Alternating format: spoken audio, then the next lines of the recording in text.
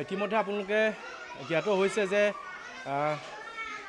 গোলাঘাটৰ এজন সৰবৰাহী ব্যক্তি মইনা ককা শ্ৰদ্ধাৰ মেহুৰাম বৰাদেৱৰ আজি 93তম উপজা দিন। এই উপজা দিনৰ লগত সংগতি ৰাখি আমি প্ৰতি বছৰৰ দৰে এই বছৰো আমি চিত্ৰাংকন প্ৰতিযোগিতাৰ লগতে যি আমাৰ যোগবৰা সংগ্ৰহালয় আছে এই যোগবৰা সংগ্ৰহালয়ৰ দৰ্শন কাৰ্যসূচী আমি ৰাখিছোঁ। বিশেষভাৱে ছাত্ৰ ছাত্ৰীসকলৰ মাজত আজি যি চিত্ৰাংকন প্ৰতিযোগিতা হৈছে প্ৰায় 10খনকৈ বিদ্যালয় ইয়াত যোগদান কৰিছে। 10খনকৈ বিদ্যালয়ৰ ছাত্ৰ ছাত্ৰীসকলে ইয়াত অংশগ্ৰহণ কৰিছে আৰু তেখেতলোকৰ মাজত 3টা শাখাত আমি এই চিত্ৰাংকন প্ৰতিযোগিতা অনুষ্ঠিত হৈছে। আৰু এই বৰাহীগাঁও মধ্য ইংৰাজী বিদ্যালয় তেখেত আচলতে প্ৰতিষ্ঠাপক আছিল আৰু এই বিদ্যালয় নহয় লগতে বহুতো গোলাঘাট জিলাৰ এনেধৰণৰ অগ্ৰণী শিক্ষানুষ্ঠানৰ তেখেতে শিক্ষাৰ পোহৰ বিলাবৰ বাবে তেখেতে এনেধৰণৰ অনুষ্ঠান তেখেতৰ জীৱন্ত কালত তেখেতে গঢ় দি থৈ গৈছে। গতিকে তেখেতে ছাত্ৰ ছাত্ৰীসকলৰ মাজতে তেখেতে যিহেতু তেখেতৰ প্ৰায়কেইটা দিন তেখেতে অতিবাহিত কৰিছে, সেয়েহে এই যি তেখেতৰ আচলতে ছাত্ৰ ছাত্ৰীসকলৰ প্ৰতি মৰম বা তেখেতৰ যি ছাত্ৰ ছাত্ৰীসকলৰ কৰণীয় তাৰ ওপৰতে মইনা ককা উপাধিৰে তেখেতক বিভূষিত কৰা হৈছিল। সেয়েহে এইবাৰ আমি ছাত্ৰ ছাত্ৰীসকলৰ মাজত তেখেতক যাতে আমি জীয়াই ৰাখিব পাৰোঁ তাৰে এটা চেষ্টা হিচাপে আমি চিত্ৰাংকন প্ৰতিযোগিতা এইবাৰ আমি অনুষ্ঠিত কৰিছোঁ। মইনা ককা মেহুৰাম বৰা তেখেতৰ জন্মৰ 93 বছৰ পূৰা হ'ল। তেওঁৰ এই জন্মৰ শুভ দিনটিত আমি বৰাহী ফাউণ্ডেশ্যন আৰু বৰাহীগাঁও মধ্য ইংৰাজী বিদ্যালয়ে তেওঁৰ জন্মদিন উদযাপন কৰিবলৈ লোৱা হৈছে। গতিকে আজি পুৱাৰ পৰা অনুষ্ঠানটি আৰম্ভ হ'ল। ল'ৰা ছোৱালীবিলাকে তেওঁলোকৰ আৰ্ট কম্পিটিশ্যনত যোগদান কৰিছে আৰু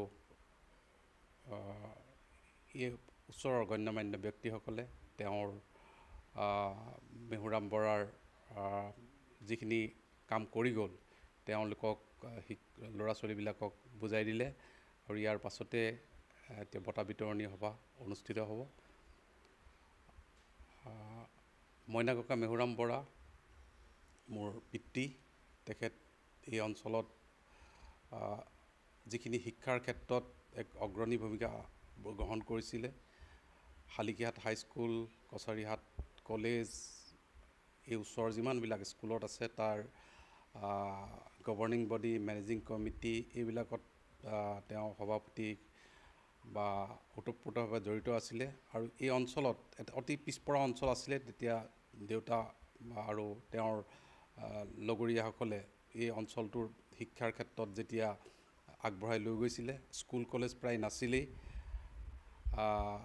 গতিকে এই অঞ্চলৰ শিক্ষাৰ ক্ষেত্ৰত এক অগ্ৰণী ভূমিকা গ্ৰহণ কৰিছিলে। তাৰ পাছত তেখেতে শিশুসকলৰ কাৰণে শিশুসকলক ভাল পাইছিলে আৰু মইনা পাৰিজাতে তেখেতক মইনা ককা উপাধি দিছিলে। এজন ধাৰ্মিক লোক হিচাপে দেউতাই এই অঞ্চলৰ প্ৰায়বিলাক অনুষ্ঠানৰ লগত জড়িত আছিলে। আজি তেখেতৰ এই 93তম জন্মৰ বাৰ্ষিকীত আমি তেখেতক শ্ৰদ্ধাৰে সোঁৱৰিছোঁ আৰু তেখেতৰ যিখিনি কৰ্মৰাজি সেই কৰ্মৰাজি আমি যাতে অনুকৰণ কৰিব পাৰোঁ তাৰ কাৰণে আমি এই অনুষ্ঠান অনুষ্ঠিত কৰিছোঁ।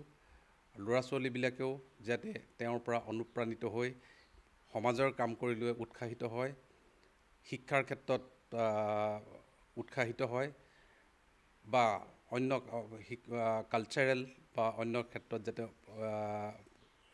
উপকৃত হয় তাৰ কাৰণে এই ব্যৱস্থা কৰা হৈছে। নৱপ্ৰজন্মৰ কাৰণে এটি সংগ্ৰহালয় মুকলি কৰা হৈছিল যোৱাটো বৰ্ষত, আজি প্ৰদৰ্শনো হৈছে।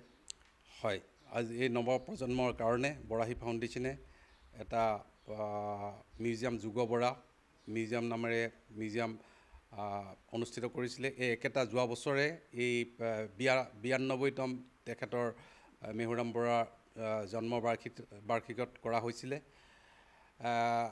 গতিকে এই মিউজিয়ামটোৰ যথেষ্ট এতিয়া মানুহবিলাকে উৎসাহিত হৈছে, এইবিলাক চাইছে, উপকৃত হৈছে। এই অঞ্চলৰ স্কুল কলেজৰ ল'ৰা ছোৱালীবিলাক আহিছে, স্থানীয় মানুহবিলাকো আহিছে, বেলেগ বেলেগ জেগাৰ পৰাও মানুহ আহিছে। আমি সংগ্ৰহালয়টো ডাঙৰ কৰিবলৈ চেষ্টা কৰিছোঁ, কাৰণ এতিয়া বস্তু ৰাখিবৰ জেগা নাইকিয়া হৈছে। ইয়াত বিশেষকৈ সাঁচিপতীয়া পুথি আমি বহুত পাইছোঁ। সাঁচিপতীয়া পুথি খুব ভালদৰে আমি সংগ্ৰহ কৰি ৰাখিছোঁ। আৰু যিবিলাক পুৰণা আমাৰ ঐতিহ্যমণ্ডিত বস্তু আছিল, এই বস্তুবিলাক আমি সংগ্ৰহ কৰিছোঁ আৰু সংৰক্ষিত কৰিছোঁ। পইচাবিলাক, কইনছবিলাক, আহোমৰ কইন, মোগলৰ কইন, ব্ৰিটিছৰ কইন বা ইণ্ডো চেচেনিয়ান কইন, এইবিলাক আমি সংৰক্ষণ কৰিছোঁ। আমাৰ কাঁহ শিল্পটো অসমৰ কাঁহ শিল্পটো অতি উন্নত আছিল। আমি সৰ্থেবাৰীৰ কাঁহ শিল্পৰ লগত যিবিলাক পুৰণা বস্তু অসমত বিয়পি আছে, পুৰণা হেৰাই গৈছে, সেইবিলাক কালেক্ট কৰিছোঁ। এটা আপুৰুগীয়া বস্তু আমাৰ হাতত পৰিছে, সেইটো হ'ল তিতাবৰীয়া বঁটা।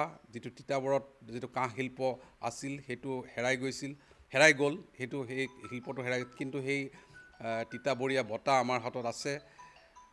আমাৰ শিলৈ বৰটোপো আমাৰ হাতত আছে। পুৰণা কছাৰী ৰাজ্যৰ বস্তু আমাৰ হাতত আছে। গতিকে এইবিলাক আমি সংগ্ৰহ কৰিছোঁ। গতিকে এই সংগ্ৰহালয়টোৱে এই স্থানীয় অঞ্চলৰ লগতে বাহিৰৰ দৰ্শকক আকৰ্ষিত কৰিছে। যোৱা বছৰ কোৰিয়াৰ পৰাও এটি টীম আহি চাই গ'ল। গতিকে বৰাহী ফাউণ্ডেশ্যনে ইয়াৰ লগতে অন্য কিছুমান কাম কৰি আছে। আমি ডিব্ৰুগড় ইউনিভাৰ্চিটিত কোৰিয়ান লেংগুৱেজ চেণ্টাৰ খুলিছিলোঁ, আৰু কোৰিয়ান কিছুমান NGOৰ লগত আমি বৰাহী ফাউণ্ডেশ্যনে লগ লাগি মেডিকেল কেম্প কৰিছোঁ অসমৰ বিভিন্ন জেগাত। এইবিলাকে কৰি আছোঁ।